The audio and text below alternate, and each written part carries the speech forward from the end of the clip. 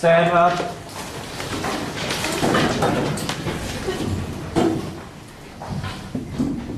Greeting. Good morning, ma'am. Ya, morning. Ya, ada dua bangku yang kosong ya. Siapa yang tak masuk hari ini? Kenapa? Satu. Oke.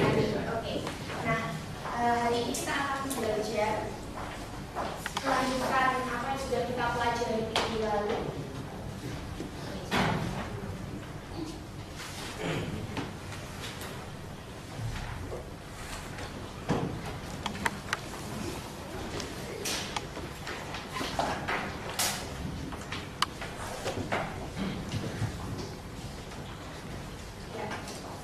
Masih dalam topik yang sama, yaitu tentang suhu dan kalor, tapi kita akan mempelajari mengenai menganalisis pengaruh kalor dan perpindahan kalor dalam kehidupan sehari-hari. Jadi subtopik yang akan kita pelajari hari ini adalah tentang perpindahan kalor, lantaran kalor. Nah, pertanyaannya, kalian yakin nggak sih bahwa kalor itu berpindah? Yakin? Apa buktinya? Sinar matahari. Kenapa? Sinar matahari apa? Kenapa? Radiasi. Wah, sudah bisa menyebutkan dari jenis perpindahan kalor ya, radiasi. Nah, sekarang ibu membawa sesuatu. Batang besi, bukan sedotan kalau ada di belakang kayak sedotan. Ini adalah batang besi. Kira-kira apa yang bisa kita lakukan untuk membuktikan bahwa kalor itu berpindah atau sampai pakai hijaban dipanaskan? Pinter ya, sudah bisa mengerti. Ya. Pernah lihat ini? Apa ini namanya? Ya. Atau membakar spiritus ya. Oke. Nah, untuk menunjukkan bahwa kalor itu merambat, kita akan memanaskan batang besi ini. Buktinya apa nanti kalau kita bisa menunjukkan kalor itu merambat? Tangannya panas. Pertanyaan berikutnya, ketika ibu rasakan panas itu, apakah kalor dari ujung, misalkan nanti dipanaskan di ujung sebelah sini ya, apakah kalor itu langsung lompat ke tangan kita? Buktinya apa? Jangan. Bagaimana cara kita membuktikan bahwa kalor itu merambat, benar-benar merambat dari ujung ke tangan kita seperti ya? Berarti butuh alat bantu yang lain ya untuk membuktikan. Pakai apa? Pasti sih. Ya. Kali ini gua akan gunakan kacang hijau. Tapi bukan praktik memasak ya. Kita akan menggunakan kacang hijau ini dan margarin untuk membuktikan bahwa kalor itu tidak melompat dari, misalkan ini dipanaskan yang menggunakan pembakar spiritus, tidak melompat dari ujung sini langsung ke tangan ibu, tetapi benar-benar merambat, gitu ya. Oke, tunggu sebentar, ibu akan pasangkan. Kenapa pakai margarin? Karena gampang meleleh. Mau berapa kacang hijaunya? Silakan. Sebanyak-banyaknya. Ada yang bisa bantu ibu nyalakan sunset?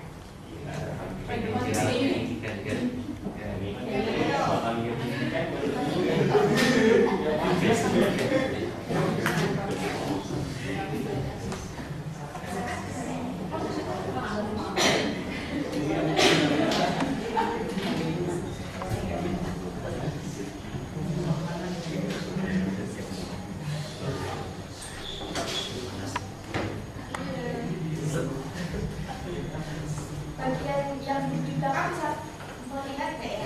Bisa.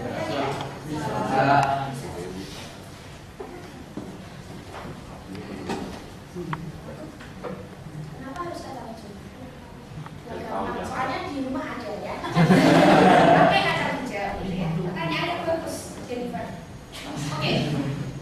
Sekarang kita akan saksikan pembuktian bahwa kalor itu benar-benar merambat. Kalau kalor itu merambat harusnya bagaimana? Bagaimana hipotesa kalau bukan kalor? Jatuhnya bagaimana? Enggak serentak ya? Enggak. Sekarang kita buktikan.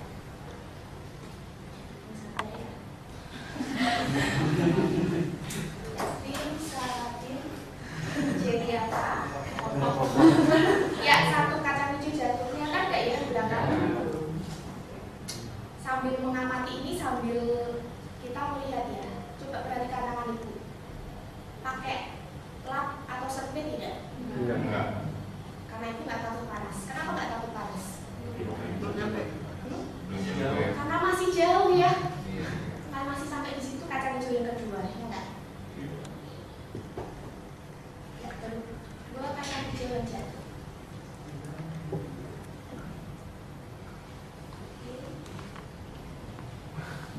Ya, 3 kacang hijau jatuh. 5 aja ya, nggak usah sampai ujung nanti. Kalau sampai ujung nanti. Kayak last man standing. Kenapa?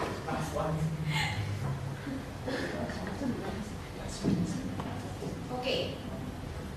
Ya, yang terakhir ya. Apakah benar kalau sampai situ? Jangan tunggu sampai tangan saya ya. Oke.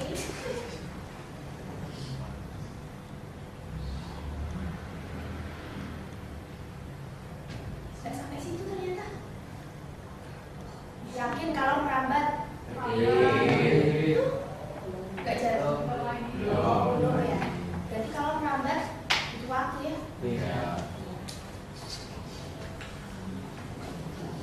Enggak merambat sampai situ? Enggak jatuh nih? Oke. Nah, dari demonstrasi ini kita bisa melihat bahwa kalau itu benar-benar merambat, tidak melompat ya. Jadi dia benar-benar merambat dari satu titik ke titik yang lain. Nah, setiap benda itu tersusun atas partikel-partikel. Artinya nanti kalau itu akan dihantarkan lewat apakah lewat partikel itu? Nah, sekarang kita akan menemukan analisis hantaran kalor ini, tetapi kali ini secara kualitatif aja, secara konseptual. Seperti yang kalian sudah dapatkan di SMP, ada berapa jenis hantaran kalor? 3. Yang pertama, konduksi. Yang kedua, konveksi. Yang ketiga, radiasi. Oke, sekarang yang pertama tentang konduksi. Apa yang kalian tahu tentang konduksi? Dia terjadi pada apa? Zat padat. Artinya yang terjadi pada besi ini tadi adalah konduksi. Pertanyaannya, ya.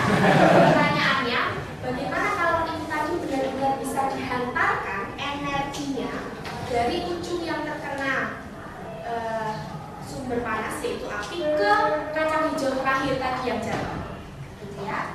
Oke, sekarang kita akan mulai yang pertama. Tetapi untuk menjawab itu, ya ini ya, tadi contohnya dalam kehidupan saya. Jadi cara kita memanaskan batang besi.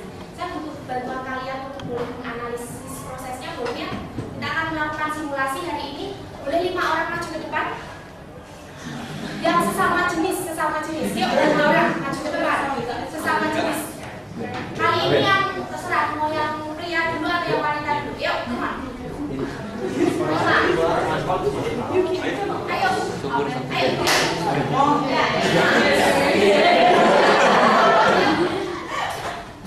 Jadi yang pria dulu ya, ayo.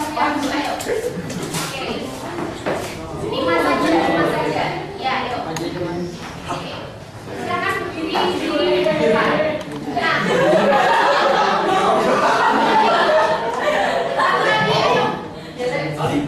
Satu lagi. Bisa bergeser kemari. Satu lagi ayo. Nah, apa yang akan kita permainkan ya pada pagi hari ini, kita bisa saksikan dulu ya di depan. 5 teman kalian ini akan berperan sebagai partikel-partikel penyusun zat padat. Seperti yang kalian bilang tadi ya, setiap zat itu tersusun atas partikel-partikel. Berarti besi itu yang adalah zat padat, gitu ya, juga tersusun atas partikel-partikel. Pertanyaan berikutnya, kalau zat padat kan konduksi terjadi pada zat padat, setuju ya? Oke. Zat padat, ikatan antar partikelnya bagaimana? Kuat sekali. Itu sebabnya digambarkan di depan. Kalian berlima harus berikatan kuat. Ayo, semuanya seperti ini. Jadi sama dong. Ya kan, batang besinya tidak terputus ya itu. Oke, silakan ngangkat seperti ini.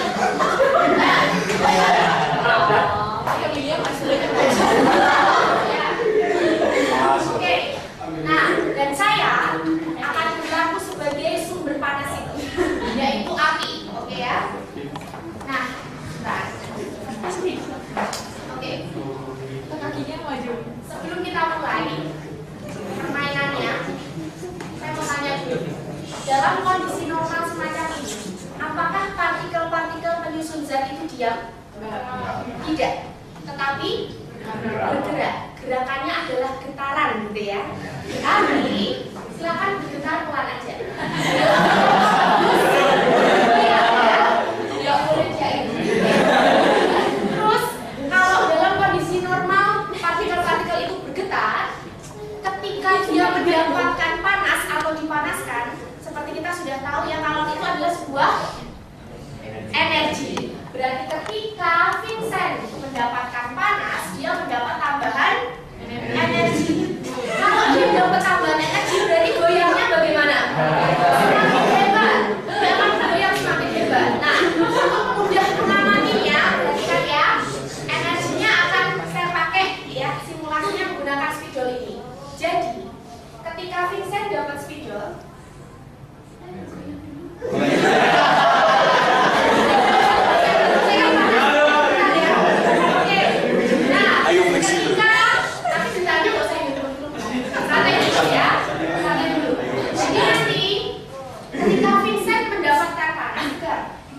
getarnya bagaimana? Semakin hebat.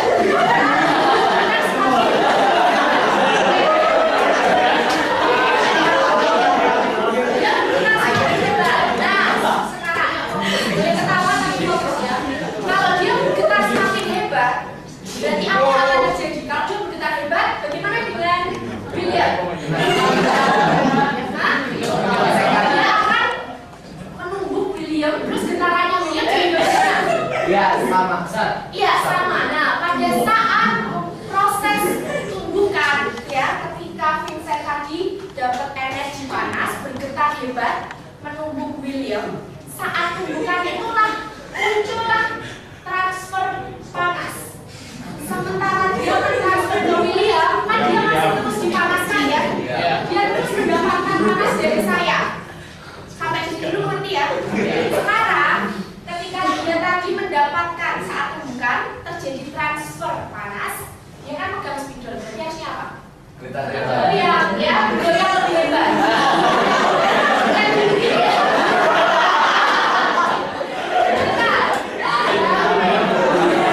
William bergetar semakin hebat. Terus apa yang terjadi dengan Julia? Sama. Tumbukan yang akan mentransfer energi. Ayo, Juliana bergerak.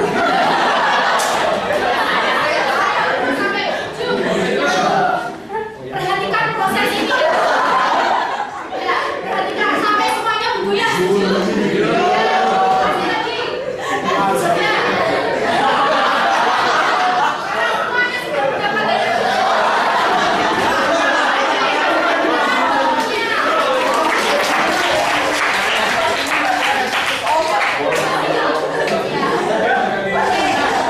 Ya, untuk kondisi simulasinya cukup. Sekarang kita coba analisis secara mikroskopis bagaimana panas itu tadi bisa dihantarkan dari ujung batang besi ke tangan saya yang tadi akhirnya kena panas juga gitu ya.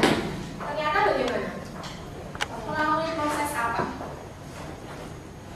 Ayo coba, siapa yang bisa kembali mengulang prosesnya? Silakan. Ketika Vincent mendapatkan panas, gitu ya, getarannya bagaimana? Semakin kuat. Partikel yang bergetar semakin kuat akan menumbuk partikel di sebelahnya. Ketika proses tumbukan itulah terjadi transfer energi, begitu ya. Nah, Vincent, partikel di sebelahnya tadi mendapatkan energi spidol ini dan akhirnya dia juga bergetar semakin hebat, numbuk partikel di sebelahnya, si Ian, ya, karena Ian dapat energi juga, dia bergetar semakin hebat dan sampai akhirnya. Cukup jelas ya prosesnya. Sekarang pertanyaannya, kalian sudah bisa menentukan karakteristik konduksi yang pertama terjadi pada zat padat. Yang kedua, bagaimana melalui proses tadi? Apakah partikelnya berpindah? Berpindah? Berpindah nggak? Yang terjadi apa tadi? Dia cuma bergetar di tempat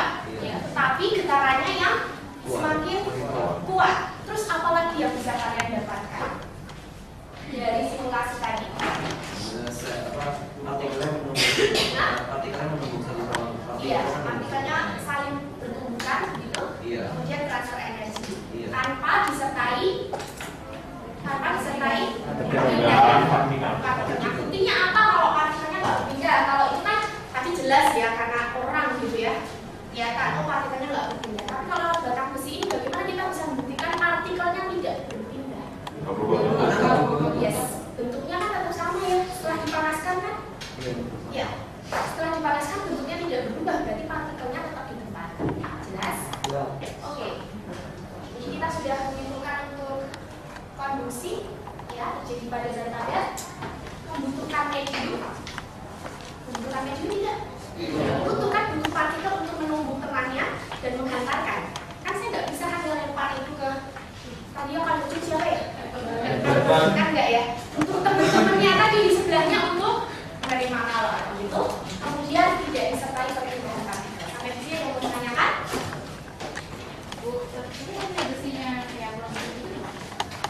Kalau melengkung, itu kan melengkung. Berarti kalau kita kemarin kan kita sudah belajar bahwa kalor itu ketika benda diberi kalor itu kan selain dia naik suhu, apanya yang berubah? Partikelnya tambah jauh. Iya, tambah jauh dan melepaskan ikatan antar partikel dan akhirnya berubah wujud kan? Iya. Nah, melengkung itu kan sebenarnya dia lama-lama kalau terus dipanaskan dia akan meleleh, artinya ikatan antar partikelnya melepas, tapi kan butuh suhu yang sangat tinggi. Tetapi sebelum proses itu kan tetap terjadi konduksi dulu. Oke, terima kasih pertanyaannya. Kalau tidak ada pertanyaan lagi, saya minta kalian coba, karena yang harus kalian capai setelah belajar ini adalah bisa mengaplikasikan dalam kehidupan sehari-hari. Saya mau dengan cara seperti biasanya angkat tangan. Coba sebutkan contoh-contoh konduksi dalam kehidupan sehari-hari apa? Karena tadi besi kan tidak bermanfaat, ini kan tadi cuma untuk menunjukkan. Kalau dalam kehidupan sehari-hari manfaat konduksi untuk apa? Bisa? Yang lainnya juga bisa. Bel, Belinda, bisa? Kan contohnya dalam kehidupan sehari-hari kan sudah tahu nanti ciri-cirinya. Kenapa? Kompornya. Oke, dari kompor ke panci. Jadi fungsinya untuk masak apapun ya. Kalau tidak ada wadahnya dan wadahnya tidak gampang menghantarkan panas, tidak bisa menghantarkan panas, berarti apinya kan nggak bisa ke sayurnya, nggak bisa matang gitu ya. Oke, terima kasih. Ada lagi? Satu lagi. Satu lagi contohnya. Ya. Oke, apa? Setrika ke baju. Bisa? Iya, bisa. Oke, itu zat padat juga ya setrika, tapi butuh bantuan energi listrik ya. Energi listrik diubah ke kalor, sehingga bajunya bisa karena panas ya, bisa licin, bisa rapi. Oke, ya untuk konduksi sudah cukup ya. Sekarang kita akan masuk ke yang kedua. Apa tadi yang kedua? Konveksi. Kalau konduksi terjadi pada zat padat, konveksi terjadi pada zat cair. Apakah hanya zat cair? Udara juga bisa. Artinya konveksi terjadi pada zat cair dan gas. Ya, yang kita kenal sebagai fluida. Masih ingat waktu belajar fluida statis? Fluida itu kan zat cair dan juga gas. Nah, bagaimana panas itu dihantarkan di dalam fluida? Contohnya dulu apa? Masak air. Masak air. Oke, sekarang kita masuk ke bagian yang kedua, konveksi. Masak air. Memanaskan air atau masak air agar bisa mendidih begitu ya. Oke, di gambar ini sederhana sekali ya, bukan kompor beneran gitu. Misalkan kita memanaskan air gitu ya. Berarti kan agar panas ini bisa sampai ke air kan butuh konduksi dulu, betul ya? Setelah itu baru konveksi. Nah, bagaimana prosesnya agar panas itu bisa dihantarkan ke seluruh bagian zat cair ini? Kita main lagi. 5 orang cewek, wanita sekarang. 5 orang wanita. Belum. Gantian dong. Ayo. Ayo, gantian sekarang. Kita Ayo, Buruan. 5 orang. Ya, Ayo. 3 lagi. 3 lagi. Ya.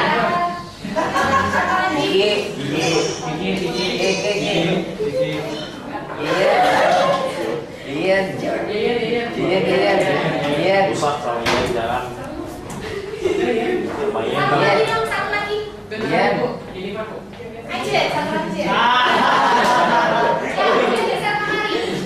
Buka sebentar untuk kemari ya, sebentar. Ya, oke. Perhatikan gambar di slide. Sama nggak dengan yang awal tadi? Beda. Apa yang beda? Cara bergandengannya. Kenapa? Kalau zat cair dan fluida ikatan antar partikelnya lebih renggang, ya, lebih renggang dan lebih lemah ketimbang zat padat. Nah, sekarang gandengan langsung seperti itu. Ya, bukan yang depannya. Bisa kembali saja. Oke.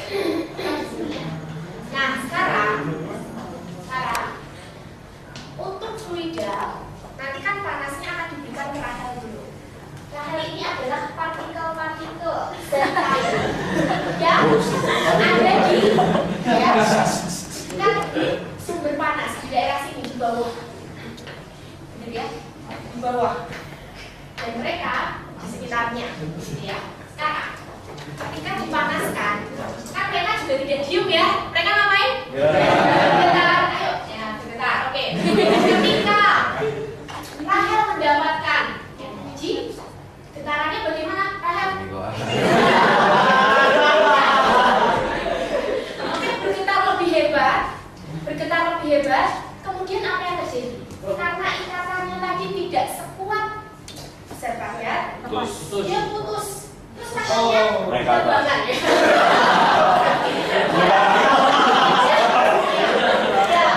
Rahel tidak ke sana. Terus, ya, Rahel kan sudah panas begitu harus ada. Oke, nah sekarang perhatikan tempatnya yang kosong diisi siapa? Yang lebih dingin, beri dan geser bel. Kalian geser, bergeser, bergetar. Oke, nah sekarang dia ada di lokasi sumber panas mendapatkan energi. Iya, lepas. Tempat yang kosong diisi siapa? Kita. Diisi kita. Kita dapat energi panas.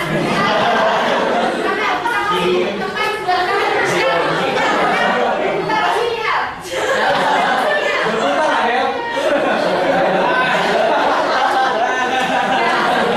Oke, ayo. Sekarang tempat yang kosong, tempat yang kita diisi. Ya, oke. Terus dia dapat energi kita juga ikatan. Oke. Nah, sekarang gantian jenis yang lama ya. Sekarang dia mendapatkan energi kemudian mana dong? Ya, ini tidak salah. Bagusnya tadi kamu di mana? Ya, di sebelahnya Rahel yang ke sini. Oke, jadi berputar begitu ya. Nah, terus kalau masih terus dipanaskan, apa yang terjadi? Rahel dapat energi lagi kan ya dari saya? Iya. Ya, kalau nanti diputar nak, terus ke sebelahnya di sini. Ya, oke. Jadi bergoyang ya. Ya, terus, nah kalau ini terus dipanaskan, Rahel akan kembali dapat energi ya. Iya. Terus dan begitu seterusnya. Itu yang oke, terus tangan ya.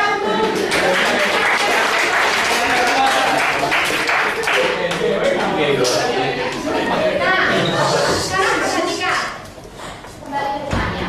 Tadi, ya, dari simulasi ini kan kita bisa melihat tadi karena ikatan antar partikelnya tidak sekuat zat padat, ketika dipanaskan bergetar lebih hebat, lepas ikatan antar partikelnya berpindah.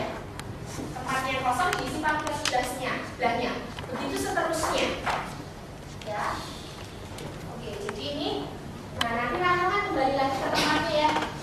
Begitu seterusnya berputar. Sekarang coba apa yang bisa kalian simpulkan tentang konveksi? Yang pertama, jadi pada zat cair atau gas pada fluida. Yang kedua, alirannya berputar. disertai perpindahan partikel. Oke, disertai perpindahan partikel. Terus butuh medium untuk perambat tidak? Butuh tuh. Butuh ya.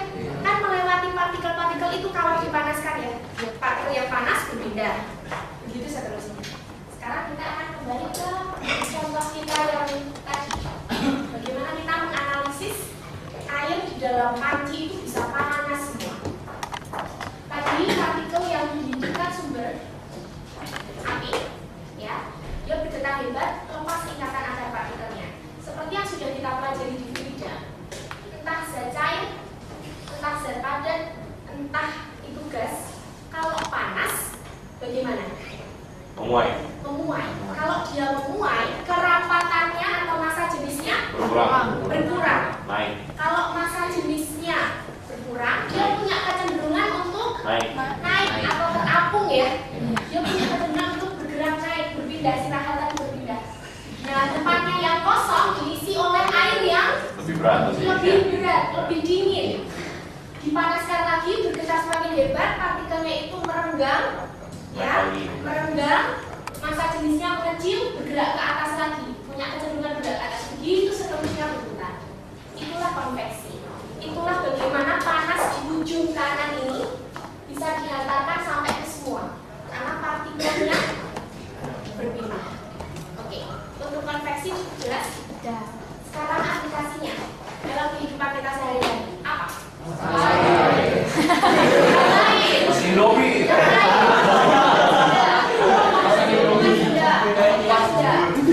AC. Api unggun? AC. Api unggun panasnya bisa sampai ke kita? Radiasi. Bisa. Bisa.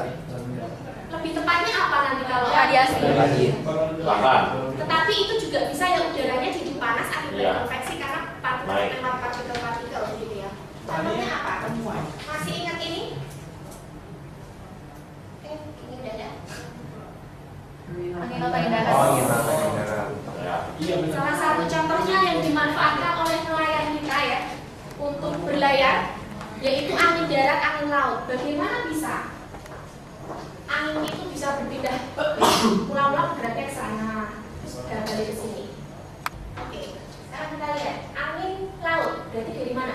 Dari laut ke Dari laut ke darat. Laut ke darat. Terjadi pada Pada siang hari. siang hari.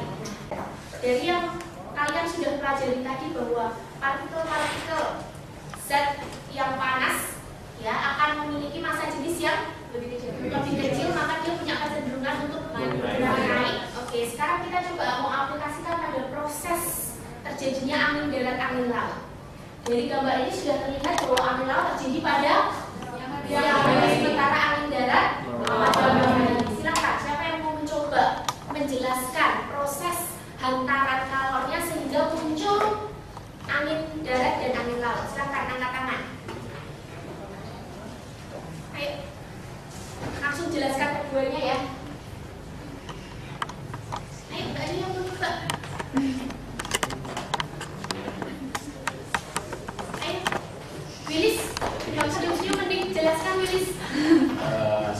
Kalau angin laut itu kan dalam angin laut Oh, maju ke depan ya biar kelihatan. Ayo, katakan. Kalian yang angin darat ya, darat dan laut ya. Jadi kalau siang itu kan darat-darat lebih panas. Jadi di partikel udara di darat itu akan jadi panas, dan kalau jadi panas massa jenisnya akan mengecil sehingga dia akan jadi naik seperti tadi. Kalau naik maka yang partikel udara di laut akan dingin, dia akan menggantikan partikel udara yang di darat. Jadi sehingga ada dari di sini ada partikel udara akan menuju ke darat. Jadi sehingga disebut sebagai angin laut dari laut ke darat. Kalau angin darat, laut di siang hari itu laut menyimpan panas, sehingga di sini di malam hari itu laut akan mengeluarkan kalor, sehingga partikel udara di laut itu akan menjadi panas. Kalau partikel udara di laut menjadi panas, maka massa jenis partikel udara di laut itu akan mengecil sehingga akan naik. Kalau ini naik, maka di sini kan jadi kosong. Maka partikel udara di darat akan menggantikan partikel udara di laut yang sudah naik, sehingga anginnya dari darat ke laut, sehingga disebut sebagai angin darat. Cukup jelas? Oke, boleh kasih applause. Sudah benar ya? Bagaimana proses kalor ini bisa dihantarkan ya, sehingga dari proses hantaran kalor ini arah anginnya, arah udaranya itu dimanfaatkan oleh nelayan untuk berlayar atau kembali pulang. Begitu ya. Oke. Berikutnya, Benyamin jangan menangkap ini. Hartono, kita minta apa? Oke, jangan diisi ya, isi. Ya. Oke. Satu lagi nih, kayaknya bisa nih kamu tangkap. Oke. Ini adalah radiasi. Yang ketiga yang akan kita pelajari ya. Seperti yang tadi Ibu lakukan. Setahu kalian radiasi itu apa? Pancaran energi panas gitu ya, kalor gitu ya. Tak jangan dilempar balik saya ya. Radiasi gitu ya, jangan ya. Saya bukan jago menangkap ya, jadi nanti saja. Oke. Radiasi adalah pancaran seperti tadi. Siapa yang memberikan contohnya api unggun? Iya. Contoh lain apa yang setiap hari kita ketemu? Matahari. Matahari yang setiap hari kita ketemu. Bagaimana matahari itu bisa sampai ke kita panasnya? Ya, radiasi. Bagaimana prosesnya? Ya, udah menyebutkan ini contoh radiasi adalah matahari. Bagaimana prosesnya? Merambat melalui udara. Merambat melalui udara? Ya, oke. Dari matahari ke bumi itu ada nggak gas? Ini adalah ruang vakum ya. Vakum tidak ada udara, artinya ada nggak partikel-partikel zat? Tidak ada. Berarti untuk radiasi panas dari matahari ini, ya contohnya, sampai ke kita lewat apa? Dalam bentuk apa? Dalam bentuk yang disebut sebagai gelombang elektromagnetik. Jadi gelombang elektromagnetik itu bisa merambat tanpa medium. Meskipun setelah melewati atmosfer bumi itu kan sudah ada partikel-partikel udara ya, dia bisa, jadi dia bisa merambat entah mau ada partikel atau ada udara. Kalaupun ada udara, dia bisa merambat juga nggak? Bisa. Jadi apa yang bisa kalian simpulkan tentang radiasi? Ya pancaran ya, pancaran panas yang dirambatkan dalam bentuk gelombang elektromagnetik. Nah, apa itu gelombang elektromagnetik? Nanti lebih lengkap akan dipelajari di kelas 12 ya. Oke. Dirambatkan dalam bentuk gelombang elektromagnetik dan perlu partikel nggak? Tadi waktu spidol saya sampai ke Benyamin perlu tolong kan? Tolong perlu nggak? Nggak perlu ya, nggak perlu partikel. Jadi bisa yang namanya pemancar itu berarti dia merambat tanpa tanpa ada zat perantara. Tapi kalau misalkan ada seperti dari atmosfer kita, bisa nggak dia merambat? Tetap juga bisa. Gitu ya. Nah, ada yang mau ditanyakan sampai di sini mengenai radiasi sebenarnya ya? Untuk persamaan-persamaannya nanti kita akan pelajari ya, karena kita hari ini akan belajar pelajaran kalau ini secara kualitatif. Sekarang saya punya sedikit pertanyaan sebelumlah quiz ini ya. Cuma satu soal ini. Saya punya beberapa gambar. Pertanyaannya, benda mana yang dapat memancarkan atau bisa radiasi, yang bisa radiasi dari yang ada? Yang pertama, tubuh. Bisa nggak? Dua, bulan. Bisa. Bisa nggak memancarkan panas? Nggak bisa. Nggak bisa. Bisa nggak? Enggak. Oke. Televisi. Bisa. Sofa. Enggak ya? Lampu. Bisa. Apa yang membuat kalian oh ini bisa, ini enggak? Sumber. Sumber Di panas. cahaya katanya. Oh cahaya bikin panas ya. Tapi berarti ada perubahan energi dari cahaya ke panas, kan perubahan energi. Tadi yang ada bilang enggak bisa atas dasar apa? Sumber panas. Sumber panas. Sekarang kita itu punya panas tidak? Kita punya panas atau tidak? Yakin. Yakin. Kan tadi kita sudah mendefinisikan kalau itu adalah energi yang muncul kalau ya ayo pertemuan lalu. Energi yang muncul kalau ada dua benda bersentuhan dan berbeda suhu. Begitu ya. Bagaimana kalian yakin bahwa diri kita sendiri itu punya panas? Suhu itu bisa muncul karena ada sentuhan antara termometer ke kita. Tapi kalau kita sendiri itu kita sebenarnya tidak punya kalor. tanpa kita bersentuhan dengan yang lain. Kita bersentuhan dengan partikel lain nggak? Ya, udara. Itu sebabnya karena kita sudah terbiasa bersentuhan dengan partikel udara, kita berasa panas. Karena memang suhu kita ini mungkin lebih tinggi dari udara. Ngerti? Oke, sampai situ ngerti ya? Oke, sekarang buku-buku ini. Buku ini, dia bisa memancarkan panas? Bisa memancarkan panas tidak? Dia bersentuhan dengan udara tidak? Hah? Bersentuhan. Berarti muncul panas tidak? Muncul panas tidak? Dia bisa memancarkan panas tidak? Bisa. Bisa. Asal suhu antara buku dan udara itu berbeda. Sekarang sofa bisa nggak dia memancarkan panas? Bisa. Sekarang lampu bisa. Ini gampang ya, tadi sudah benar. Bisa. Televisi bisa. Bisa. Bisa. Bisa. Bulan nggak bisa. Nggak bisa. Kenapa? Tanpa udara. Tapi kan kalian punya, yang saya tanyakan adalah radiasi, butuh zat nggak? Enggak. Memancarkannya. Memantulkan. Oke, jadi bisa nggak bulan? Bisa. Yang dapat memancarkan panas, radiasi, bisa nggak? Bisa nggak?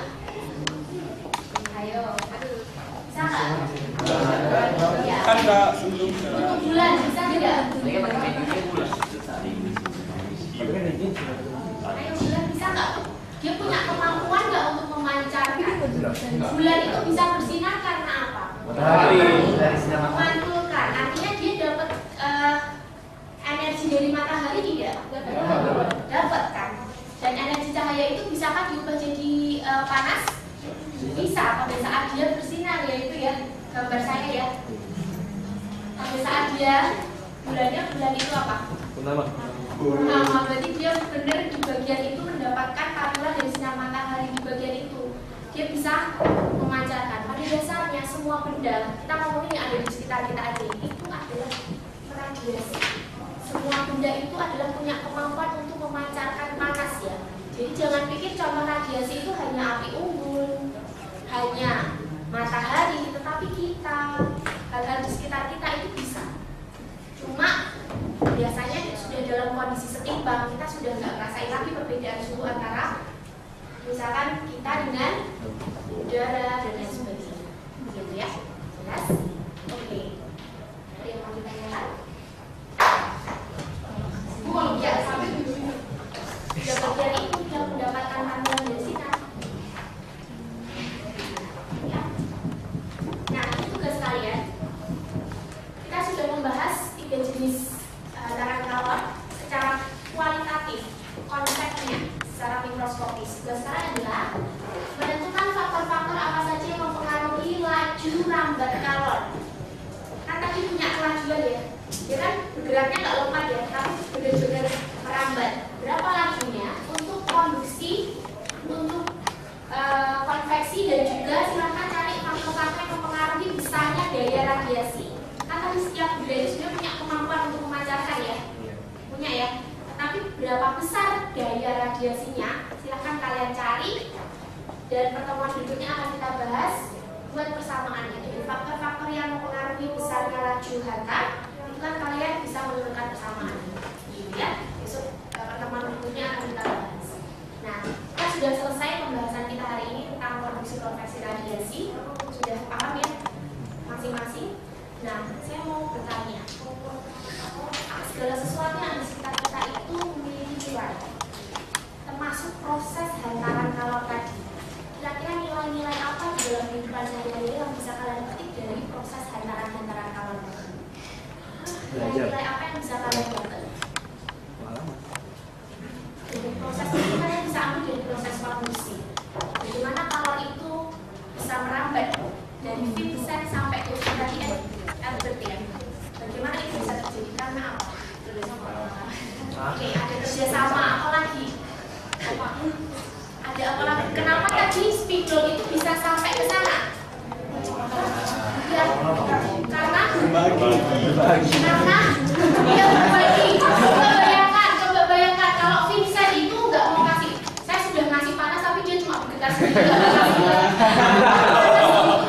Bisa sampai ke Edward? Nggak bisa. Nah, hari ini kita belajar tentang satu nilai aja. Nilai yang sederhana, misalkan kebaikan. Kebaikan itu indikatornya apa sih? Kita bersedia memberi. Kita bersedia ya berbagi. Ini kan sederhana ya sebenarnya. Tapi saya beberapa kali melihat anak-anak sekarang itu susah banget untuk berbagi. Ya, susah banget untuk berbagi. Padahal ya kita sebagai anak-anak Tuhan, gitu, kita mengenal kebenaran bahwa bertolong-tolonglah menanggung bebanmu. Jadi ketika yang sederhana aja, misalkan aku lagi ada masalah dengan itu berbagi, tidak berbagi waktu, gitu ya. Oke. Terus dalam hal memberi, jujur ya, ketika kita memberi biasanya bagaimana? Apakah yang paling baik yang kita punya kita kasih, jujur? Enggak, ya biasanya sudah dipilih-pilih dulu. Saya juga seperti itu. Dan dari sini ya kita mau belajar bersama-sama. Ketika kita melakukan kebaikan, kita mau belajar memberikan yang terbaik. Berilah maka kamu akan diberi. Ukuran yang kalian pakai untuk mengukur itu yang akan diukurkan juga ke kalian. Dan satu sedikit ya, sering kali saya mengalami pengalaman ketika saya mau memberi itu nggak pernah saya kekurangan. Tuhan itu memberkati dengan lebih, bahkan lebih. Kalian nanti boleh lihat membuktikan sendiri ya bahwa semuanya itu akan ditambahkan ke kalian, bahkan dilimpahkan ketika perhatikan botol. Ya, kalau kalian cuma cukup dengan itu ya sudah, itu yang akan kalian nikmati. Tapi kalau kalian mau kasih lubang yang gede, itu akan mengalir ke bawah, tetapi kan akan terus diisi bahkan sampai berlimpah-limpah. Kebaikan yang kita berikan mungkin sederhana ya, tapi itu bisa menjadi dampak yang luar biasa.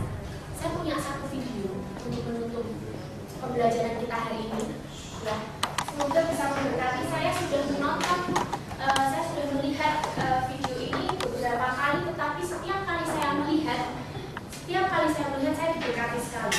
Ini mengajari kita untuk bagaimana kita siap memberi, punya hati yang mau memberi, punya hati yang mau berbuat baik ke orang lain. Itu dampaknya luar biasa. Mungkin nggak hari ini dampaknya, tapi besok mungkin, bulan depan mungkin, tahun depan, atau mungkin 30 tahun depan.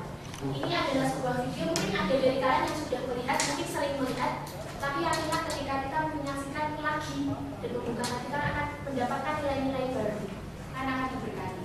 Jadi video ini adalah menggambarkan seorang tukang mie yang punya hati yang mau memberi, gitu ya. Nanti ada seorang anak yang dia habis mencuri obat. Coba saksikan ya, yang sudah melihat saksikan aja. Pasti saya sudah nonton ini beberapa kali, tapi tetap aja ada nilai yang kita bisa petik. Jago bahasa Inggris ya, ini transliternya dalam bahasa Inggris. Oke, mari kita lihat video ini.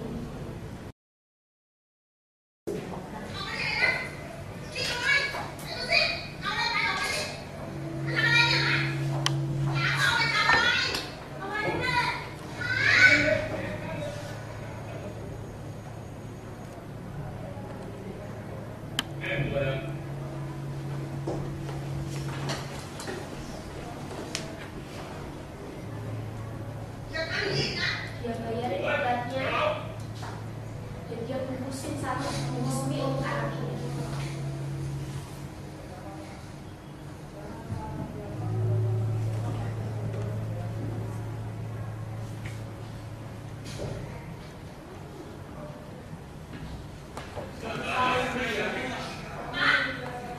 Ini anaknya udah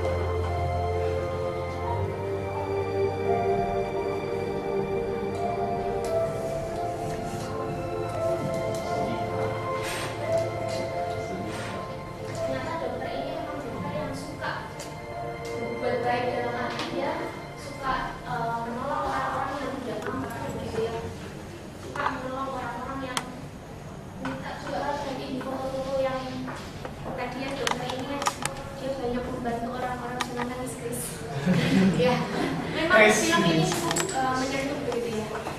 Ya. Ternyata apa yang dilakukan Bapak tadi hanya dengan oke membayar obat yang 2 juta dan tadi sebungkusnya itu sangat berdampak buat anak itu. Coba bayangkan kalau Bapak itu acuh tak acuh. Mungkin anak ini kalau menjadi dokter juga jadi dokter yang acuh tak acuh. Tapi karena kebaikan yang ditanamkan oleh Bapak ini dalam waktu sekian menit aja kan, tapi itu berdampak besar. Dia itu menjadi dokter yang banyak melakukan hal-hal yang luar biasa. Demikian juga kita bisa belajar dari kalor. Kalor itu nggak bisa simpan panasnya sendiri. Kalau sudah muncul perbedaan suhu, dia nggak akan tahan untuk kasih kalornya ke sekian.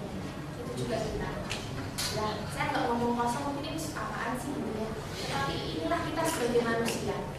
Ya, kita sebagai manusia harus belajar dari kalor. Siap memberi, siap berbuat baik, kapanpun ada perbedaan suhu di sekitar kita ya.